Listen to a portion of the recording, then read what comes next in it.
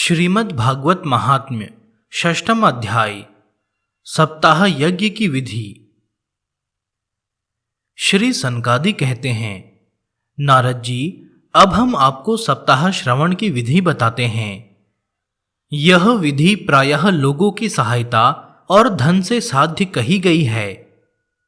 पहले तो प्रयत्न पूर्वक ज्योतिषी को बुलाकर मुहूर्त पूछना चाहिए तथा विवाह के लिए जिस प्रकार धन का प्रबंध किया जाता है उस प्रकार ही धन की व्यवस्था इसके लिए करनी चाहिए। कथा आरंभ करने में भाद्रपद, आश्विन, कार्तिक, मार्गशीर्ष, आषाढ़ और श्रावण ये 6 महीने श्रोताओं के लिए मोक्ष की प्राप्ति के कारण हैं। देवर्षि, इन महीनों में भी भद्रा, व्यतिपात आदि कुयोगों को सर्वथा त्याग देना चाहिए तथा दूसरे लोग जो उत्साही हों उन्हें अपना सहायक बना लेना चाहिए।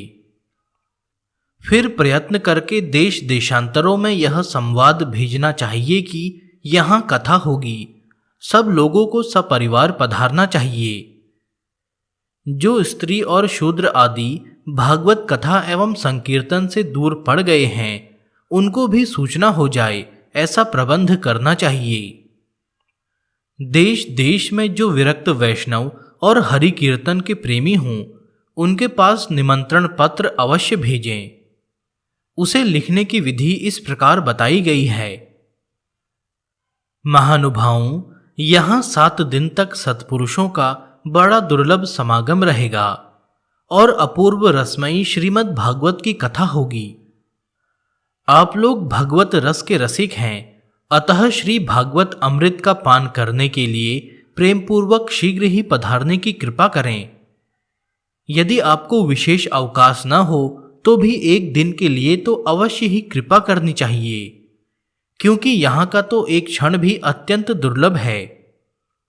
इस प्रकार विनय पूर्वक उन्हें निमंत्रित करें और जो लोग आएं उनके लिए यथाउचित निवास स्थान का प्रबंध करें। कथा का श्रवण किसी तीर्थ में, वन में या अपने घर पर भी अच्छा माना गया है। जहां लंबा चौड़ा मैदान हो वहीं कथा स्थल रखना चाहिए। भूमि का शोधन, मार्जन और लेपन करके रंग बिरंगी धातुओं से चौक पूरे। घर की सारी सामग्री उठाकर एक कोने में रख दे। 5 दिन पहले से ही यत्न पूर्वक बहुत से बिछाने के वस्त्र एकत्र कर ले तथा केले के खंभों से सुशोभित एक ऊंचा मंडप तैयार कराए।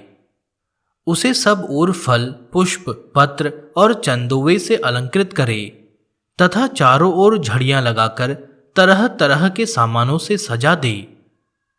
उस मंडप में कुछ ऊंचाई पर 7 विशाल लोकों की कल्पना करे और उनमें विरक्त ब्राह्मणों को बुला बुलाकर बैठाए। आगे की ओर उनके लिए वहां यथाउचित आसन तैयार रखे। इसके पीछे वक्ता के लिए भी एक दिव्य सिंहासन का प्रबंध करे।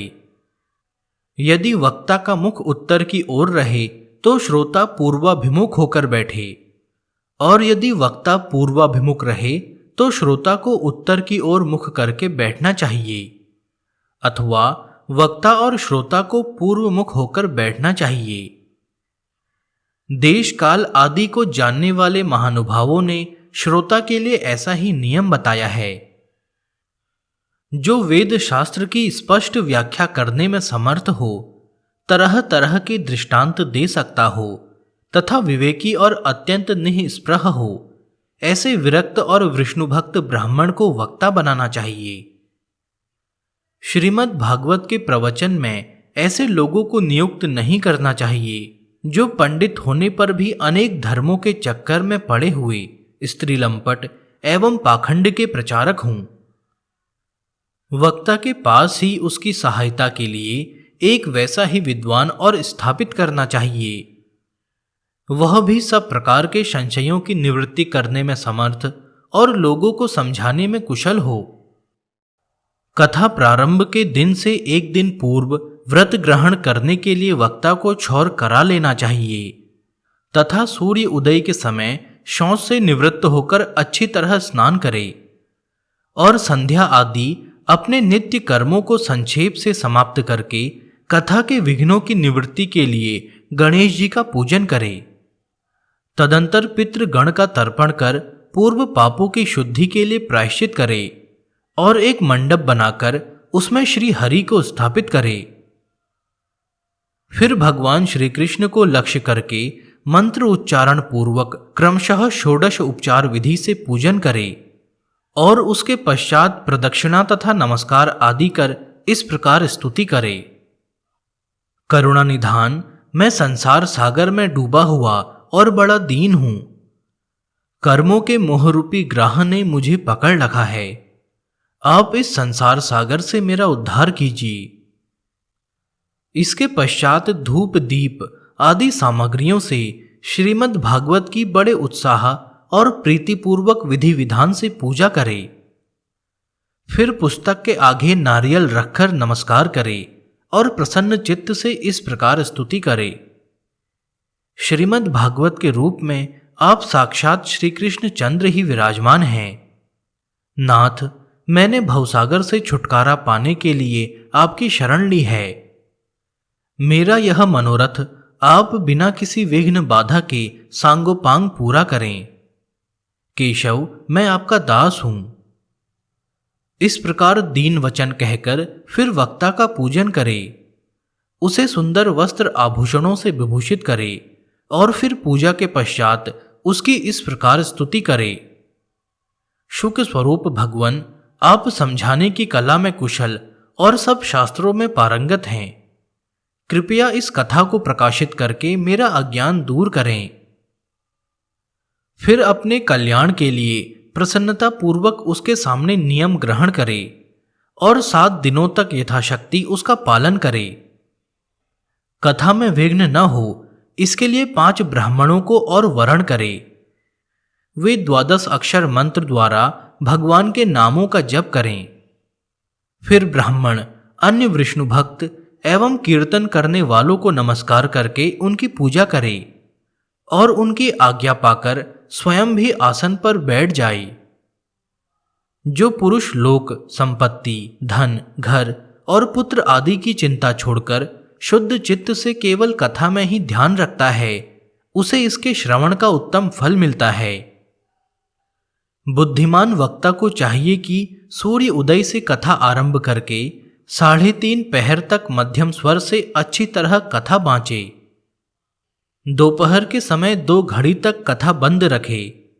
उस समय कथा के प्रसंग के अनुसार वैष्णवों को भगवान के गुणों का कीर्तन करना चाहिए, व्यर्थ बातें नहीं करनी चाहिए।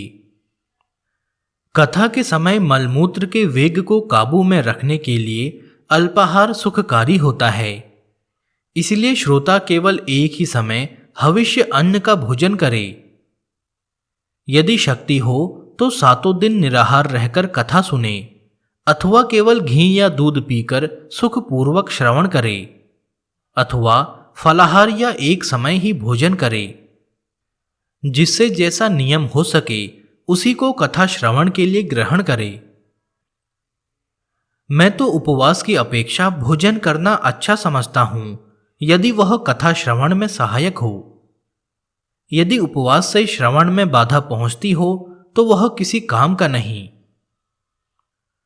नारद जी, नियम से सप्ताह सुनने वाले पुरुषों के नियम सुनिए।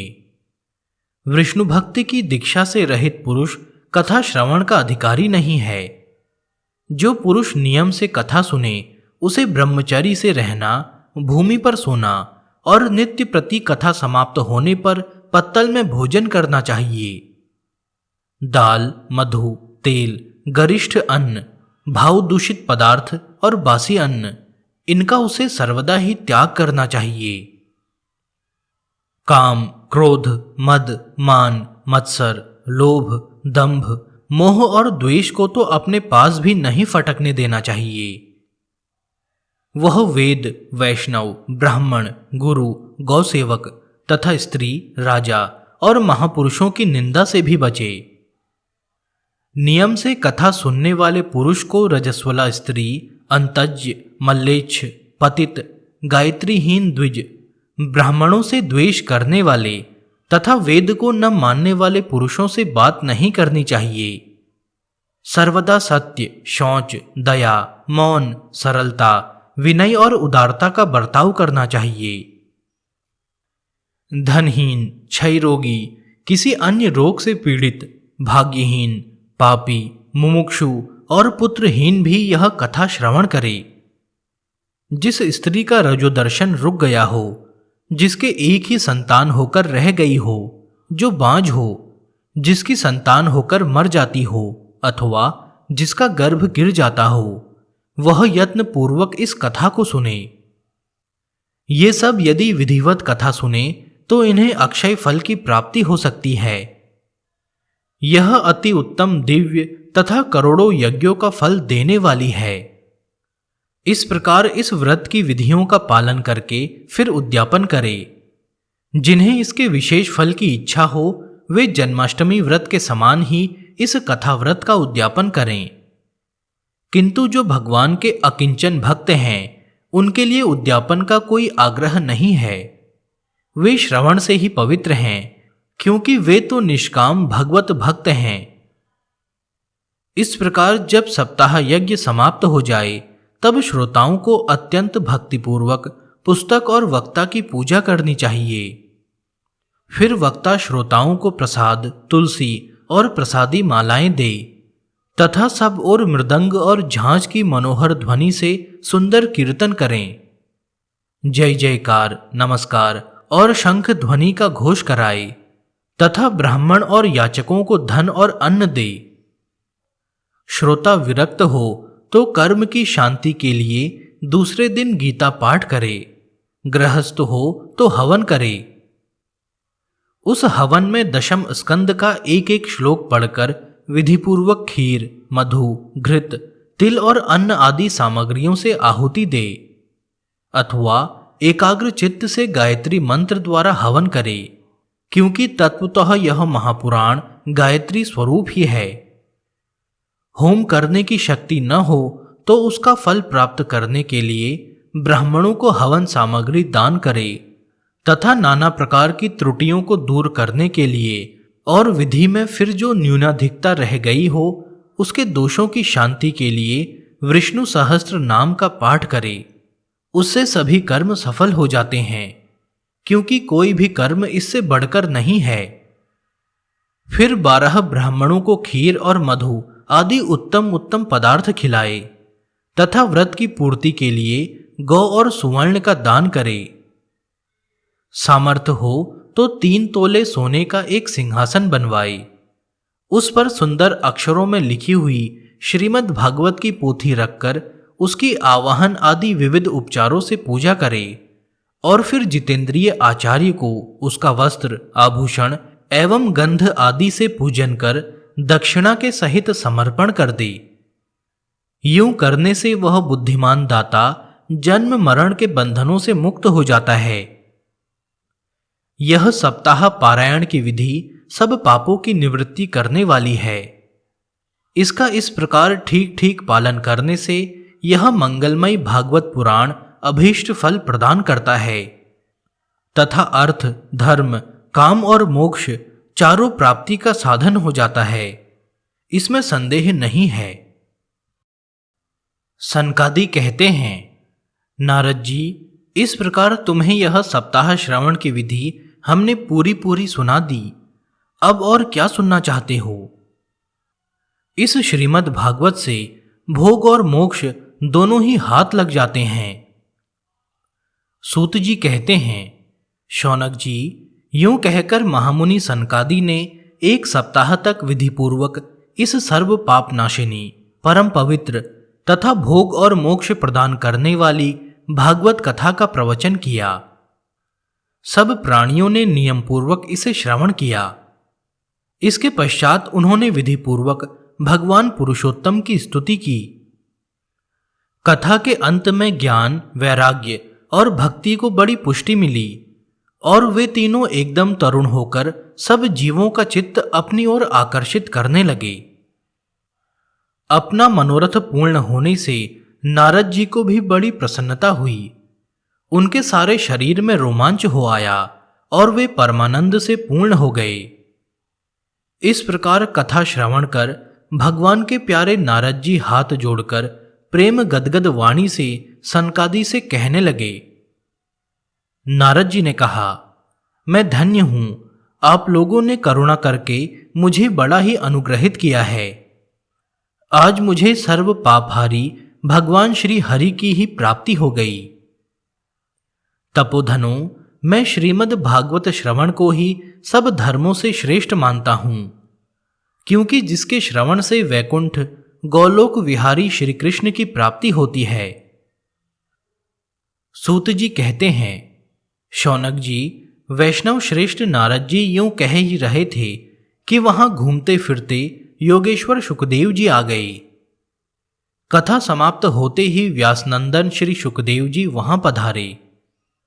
16 वर्ष की सी आयु आत्मलाभ से पूर्ण ज्ञान रूपी महासागर का संवर्धन करने के लिए चंद्रमा के समान वे प्रेम से धीरे धीरे श्रीमद् भागवत का पाठ कर रहे थे। परम तेजस्वी सुखदेव जी को देखकर सारे सभासद झटपट खड़े हो गए और उन्हें एक ऊंचे आसन पर बैठाया। फिर देवर्षि नारद ने उनका प्रेम पूर्वक पूजन किया। उन्होंने सुखपूर्वक बैठकर कहा, आप लोग मेरी निर्मल वाणी सुनिए। श्री सुखदेव जी बोले, रसिक एवं भावुक जन, यह श्रीमद् भागवत वेद रूप कल्पवृक्ष का परिपक्व फल है। श्री सुखदेव रूप शुक के मुख का संयोग होने से अमृत रस से परिपूर्ण है।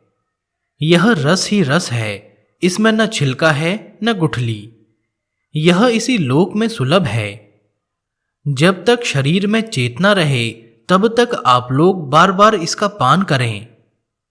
महामुनि व्यास ने श्रीमद् भागवत महापुराण की रचना की है। इसमें निष्कपट निष्काम परम धर्म का निरूपण है। इसमें शुद्ध अंतःकरण सत्पुरुषों के जानने योग्य कल्याणकारी वास्तविक वस्तु का वर्णन है, जिससे तीनों तापों की शांति होती है। इसका आश्रय लेने पर दूसरे शास्त्र अथवा साधन की आवश्यकता नहीं रहती। जब कभी परमात्मा पुरुष इसके श्रवण की इच्छा करते हैं, तभी ईश्वर अविलंब उनके हृदय में अवरुद्ध हो जाता है। यह भागवत पुराणों का तिलक और वैष्णवों का धन है। इसमें परमहंसों के प्राप्य विशुद्ध ज्ञान का ही वर्णन किया गया है तथा ज्ञान, वैराग्य और भक्ति के सहित निवृत्ति मार्ग को प्रकाशित किया गया है। जो पुरुष भक्ति पूर्वक इसके श्रवण, पठन और मनन में तत्पर रहता है, वह मुक्त हो जाता है।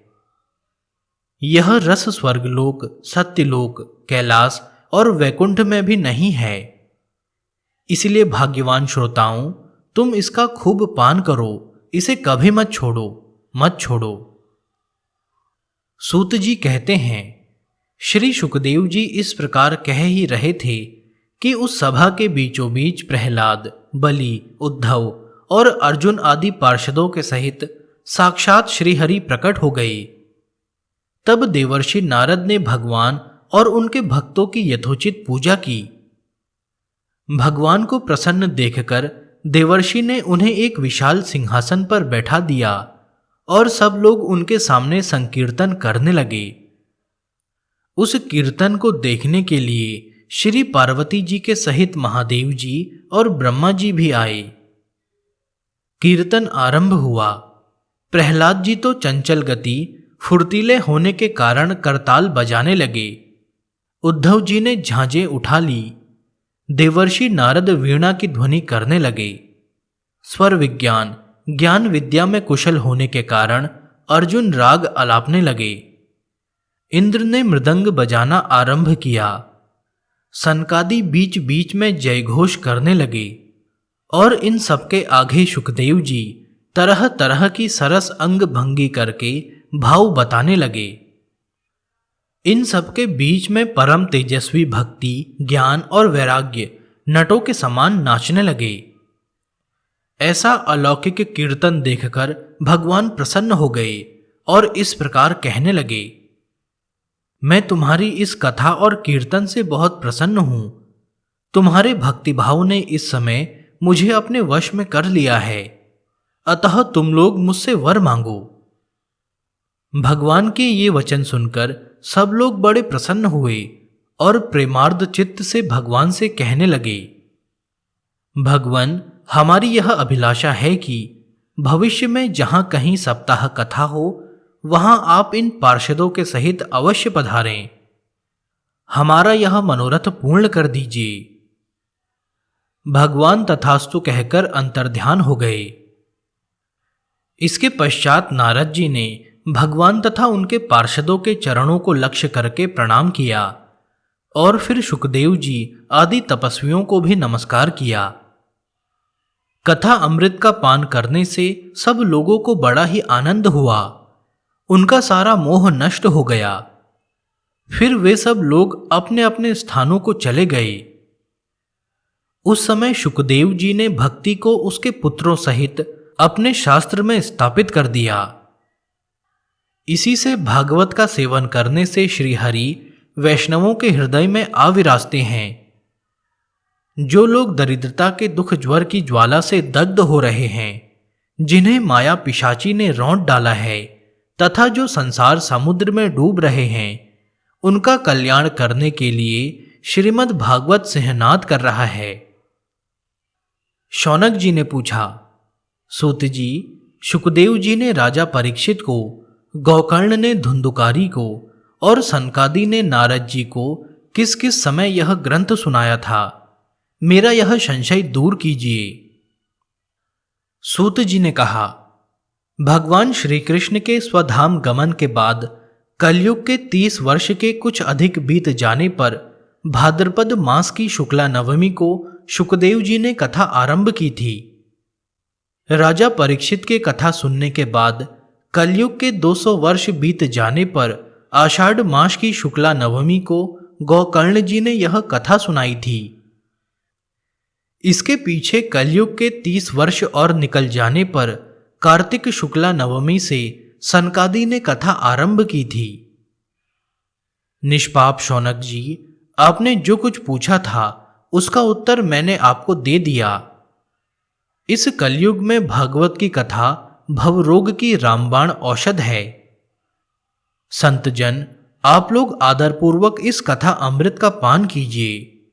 यह श्री कृष्ण को अत्यंत प्रिय, संपूर्ण पापों का नाश करने वाला, मुक्ति का एकमात्र कारण और भक्ति को बढ़ाने वाला है। लोक में अन्य कल्याणकारी साधनों का विचार करने और तीर्थों का सेवन करने से क्या होगा? अपने दूत को हाथ में पाश लिए देखकर यमराज उसके कान में कहते हैं, देखो, जो भगवान की कथा वार्ता में मत्त हो रहे हैं उनसे दूर रहना। मैं औरों को ही दंड देने की शक्ति रखता हूं, वैष्णवों को नहीं। इस असार संसार में विषय रूप विष की आसक्ति के कारण व्याकुल बुद्धि वाले पुरुषों अपने कल्याण के उद्देश्य से आधे क्षण के लिए भी इस शुक कथा रूप अनुपम सुधा का पान करो। प्यारे भाइयों, निंदित कथाओं से युक्त कुपथ में व्यर्थ ही क्यों भटक रहे हो? इस कथा के कान में प्रवेश करते ही मुक्ति हो जाती है। इस बात के साक्षी राजा परीक्षित हैं। श्री सुखदेव जी ने प्रेम रस के प्रवाह में स्थित होकर इस कथा को कहा था। इसका जिसके कंठ से संबंध हो जाता है वह वैकुंठ का स्वामी बन जाता है। शौनक जी, मैंने अनेक शास्त्रों को देखकर आपको यह परम गोप्य रहस्य अभी अभी सुनाया है। सब शास्त्रों के सिद्धांतों का यही निचोड़ है। संसार में इस शुक शास्त्र से अधिक पवित्र और कोई वस्तु नहीं है। अतः आप लोग परमानंद की प्राप्ति के लिए इस 12 स्कंध रूप रस का पान करें। जो पुरुष नियम पूर्वक इस कथा का भक्तिभाव से श्रवण करता है और जो शुद्ध अंतःकरण भगवत भक्तों के सामने इसे सुनाता है, वे दोनों ही विधि का पूरा पूरा पालन करने के कारण इसका यथार्थ फल पाते हैं। उनके लिए त्रिलोकी में कुछ भी असाध्य नहीं रह जाता।